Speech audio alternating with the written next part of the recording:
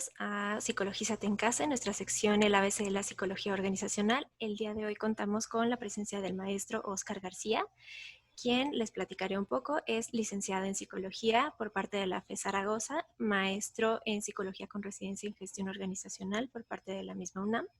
Se ha enfocado en el diseño, confiabilización y validación de instrumentos, así como implementación de programas de entrenamiento y selección de personal.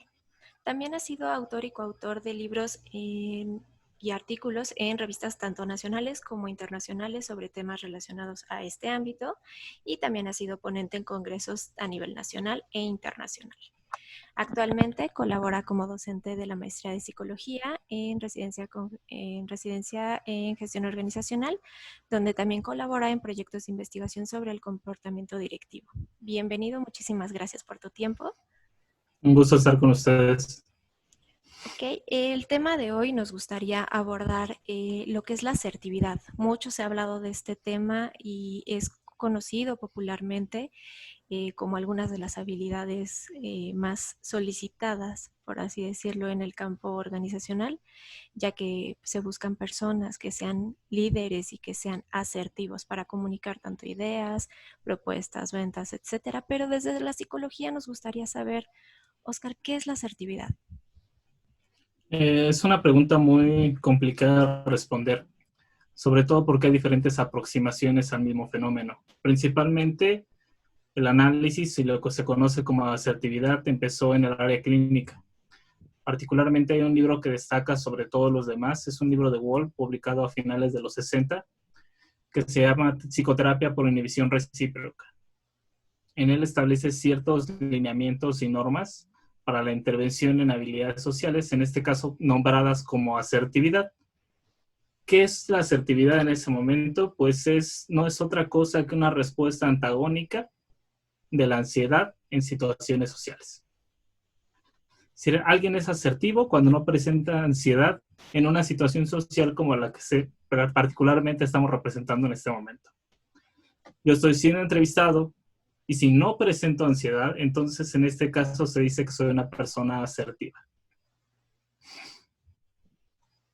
Ok, ¿es la ausencia de esta situación estresante o de una respuesta de estrés ante una situación que presenta en ese momento? Sí, Ok, en pocas palabras, más o menos lo podría definir de esa forma, pero tenemos que recordar, es una respuesta antagónica a la ansiedad. Eso quiere decir que hay expresión de emociones. La asertividad es la expresión adecuada de emociones en situaciones sociales, al menos desde el modelo clínico. ok. ¿Y esto cómo se evalúa? ¿Cómo podemos nosotros evaluarlo dentro del contexto organizacional? Ahí cambia bastante la cosa. Como te había comentado, empezó en el área clínica. Después se dieron cuenta que las personas que estaban siendo entrenadas en habilidades sociales o en asertividad tendían a ser un tanto agresivas. Esto, combinado con ciertos movimientos sociales en Estados Unidos, comenzó a vincular lo que se conoce como asertividad con agresividad. La pregunta es si nos interesa esto en la organización, sobre todo porque el modelo predominante en la atención clínica se basa en un concepto muy básico, pero muy complicado, que es el de derechos. Se dice que tienes derecho de expresar tus emociones, de decir que no, de cambiar de opinión. Sin embargo, ¿esto cómo aplica en el contexto organizacional? Sobre todo cuando tenemos relaciones jerárquicas muy puntuales, donde hay una cadena de mando también bien señalada. Eh, Ante esta impotencia, diría yo que la asertividad no puede ser conceptualizada de la misma forma que en el modelo clínico. Ok. Bajo bajo esta visión, ¿cuáles son las dificultades a las que nos enfrentamos entonces desde la psicología organizacional para adaptar un modelo clínico a lo organizacional? Esa es la parte esencial. La parte esencial es de que no tendríamos que adaptar el modelo clínico. De hecho, hay algunas aproximaciones desde los mismos autores que dieron origen a este concepto de asertividad. Hay un autor que se llama Lazarus, que en los 70, en un artículo muy breve, por cierto, como de 5 páginas, nombra a la asertividad como una competencia social. Ser asertivo es ser competente en las situaciones sociales bastante particulares. Nos habla de que eficacia, es decir, un directivo tendrá que ser eficaz en una diversidad de escenarios sociales. Nos propone algunas habilidades muy puntuales, como la de iniciar, mantener o terminar conversaciones, la habilidad para decir que no, la habilidad para solicitar peticiones y la habilidad también para expresar emociones, tanto positivas como negativas, adecuadamente. Que esto ya medio se pervierte un poco y se empieza a entender más en el ámbito de la lógica de Garner, de inteligencia emocional. Sin embargo, cuando lo contamos en el contexto organizacional, pues podremos hacer referencia a la aplicación de contingencias por parte, por ejemplo, de un directivo, ya sea como de castigos o reforzadores que puedan incrementar o aminorar las respuestas de los subordinados. Ok. Entonces, dificultades no hay, siempre y cuando no se retome un modelo clínico que es inoperable en el ámbito organizacional. ¿Cuáles serían estos elementos? Ya mencionabas hace un momento dos de los modelos. El modelo de derechos, que para quienes no han tenido la oportunidad de conocerlo, es como un continuo en donde va de un lado a otro esta cuestión de hasta dónde ser asertivo, si se vulnera el derecho de quien está enfrente o mis derechos. En esta situación, pues es un tanto difícil la evaluación o la medición en este sentido, ya que no está claro en dónde termina uno y empieza otro. Y cuáles serían las consecuencias para la organización o dentro de la organización. Y por otro lado, mencionabas el modelo de Lazarus, que habla de estos 4 rubros, en los cuales ya las contingencias y la conducta ya son más acotadas a lo que está relacionado con la organización. Eh, Claro, Adelante, adelante. perdona que te interrumpa, es muy complicado trabajar con el modelo de derechos. Es efectivo en la clínica, pero es efectivo basado en la experiencia de la persona que está aplicando la intervención. Entonces, la moral juega un papel muy esencial ahí. Se convierte en un juez la persona que está atendiendo el caso clínico. ¿Se expresó agresivamente? ¿Se expresó pasivamente? ¿Y quién es el que interpreta esta expresión de emociones en el contexto de una atención clínica? A sabiendas que, como lo había referido particularmente, las actividades de este modelo se ubican en un continuo donde están las personas agresivas que solo respetan sus derechos y las personas pasivas que solamente respetan los derechos de los demás. La asertividad es respetar tanto mis derechos como los de los demás. Y la verdad es que este punto medio, pues, está muy mal trabajado. A veces solamente se considera que una persona asertiva es aquella que aplica una serie de técnicas muy particulares, como la técnica del sándwich. Entonces, hablo bien de tu trabajo, después te digo qué corregir y después te insisto que fue un buen trabajo. Entonces soy una persona asertiva. Pero está muy raro, ¿no? Claro, ¿cuál es el objetivo de esta intervención o cuál sería en realidad la finalidad bajo este modelo?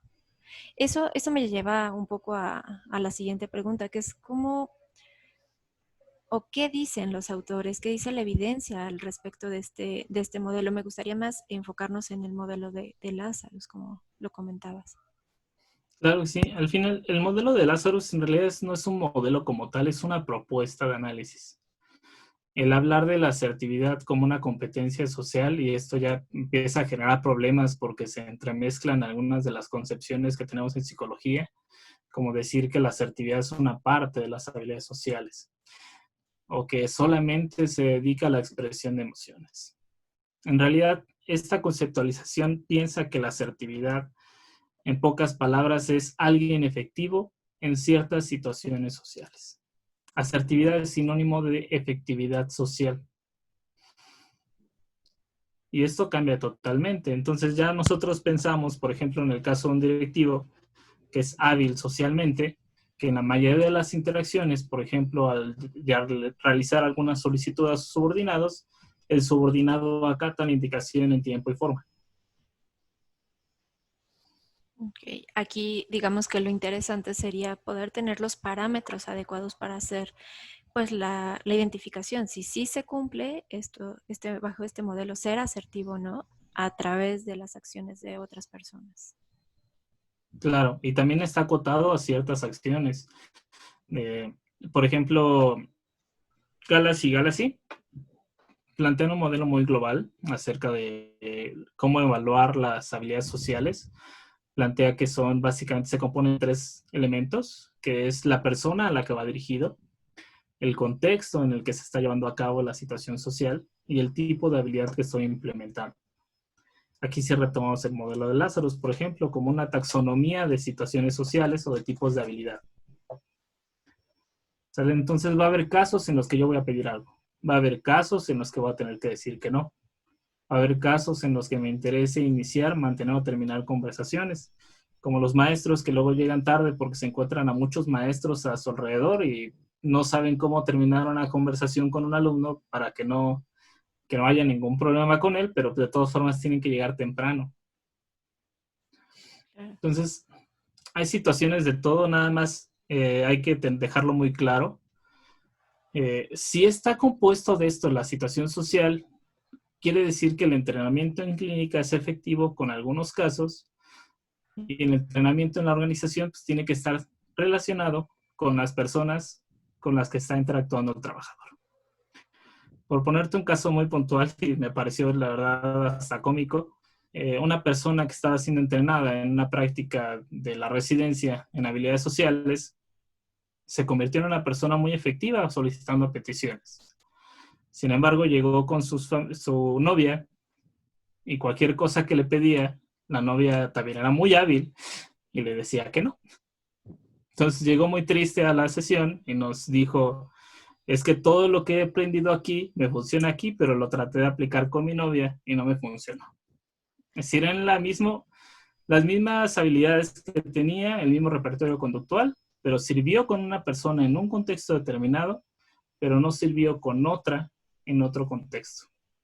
Hay que saber diferenciar estos dos y hay que empezar a intervenir en esta parte, que es lo que nos interesa a nosotros en este campo, que es la conducta organizacional.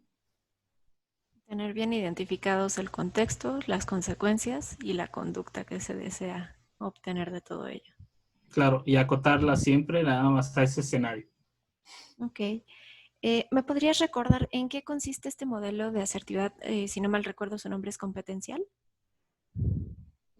Sí, bueno, este modelo lo desarrollamos en la residencia. Básicamente lo que a nosotros nos interesa es de que las personas incrementen su eficacia en estas situaciones sociales. Nadie es completamente ineficaz. En alguno de los casos, al realizar una petición, va a ser efectivo. Lo que nosotros queremos es que esta efectividad se traslade a otros escenarios muy puntuales. Por ejemplo, ya sea a su jefe directo o a sus compañeros, siempre y cuando este tipo de conductas estén en beneficio de la organización. Si alguien se vuelve muy hábil realizando peticiones, pero al final es tan hábil que llega al punto en el que ya no tiene que trabajar porque lo hacen todos los demás, se vuelve problemático. Tal vez sea un buen jefe, pero como compañero, pues la verdad daría mucho que desear porque no está aportando él.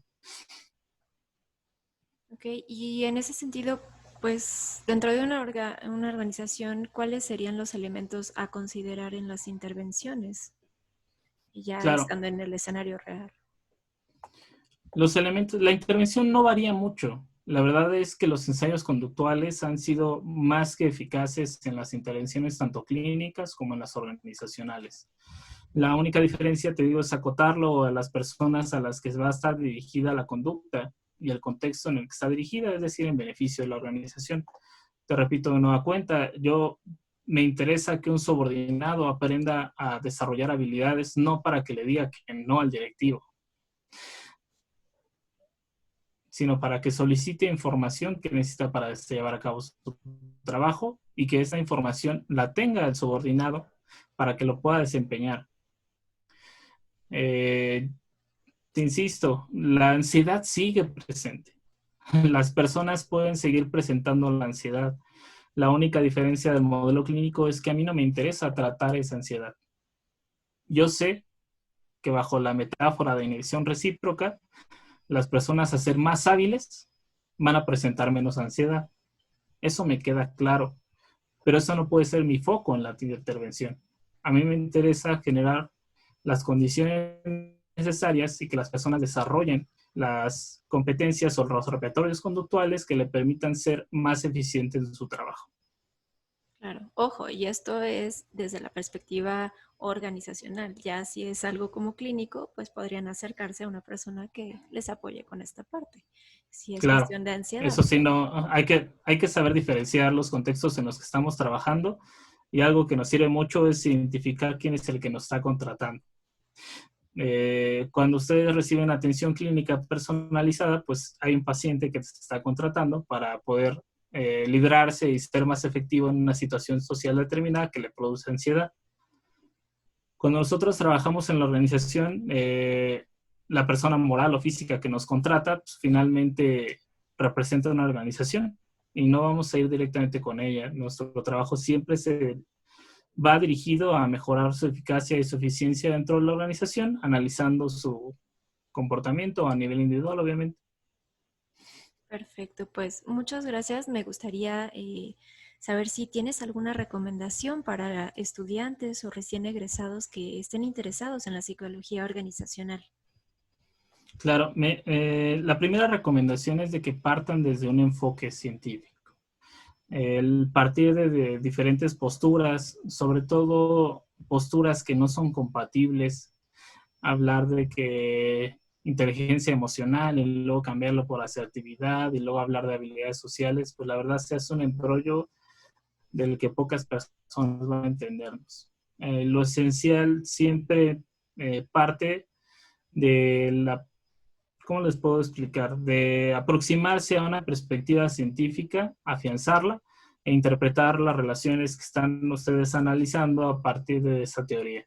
El no tener evidencias, el no tener un análisis teórico y crítico de la situación en la que ustedes están interviniendo e incidiendo, solamente desacredita más la psicología de lo que ya está en el ámbito de las organizaciones. Entonces, recomendación para las futuras generaciones es aproxímense a la psicología científica. Es la única que les va a dar la evidencia necesaria para que ustedes sean no solamente eficientes y efectivos en el trabajo, sino que puedan, y se los pido de la manera más atenta, revalidar y reacreditar esto que se ha estado perdiendo, que es la psicología en las organizaciones. No son ocurrencias, son aproximaciones científicas e hipótesis de solución. Eso siempre se lo digo a mis alumnos, es que ustedes son científicos que están operando en una empresa y tienen que trabajar como tal. Entonces, aprovechen eso en las futuras generaciones y tienen que quedarles bastante claro. Somos una ciencia, pero somos una ciencia siempre y cuando hagamos cosas que verdaderamente acrediten nuestra disciplina. Mejorar el papel del psicólogo en las organizaciones. Excelente, pues muchísimas gracias. Sí, Nos encantaría volverte a tener con nosotros. Creo que es un tema que da para mucho más. Estas son cápsulas para encantado. que todos puedan conocer y acercarse un poco más a la psicología científica dentro de las organizaciones. Eh, Muchísimas gracias por tu tiempo y a todos los demás los invitamos a suscribirse, darle clic en la campanita y también síganos en Facebook. Muchas gracias, cuídense mucho. Gracias, Oscar. Un placer. Hasta luego.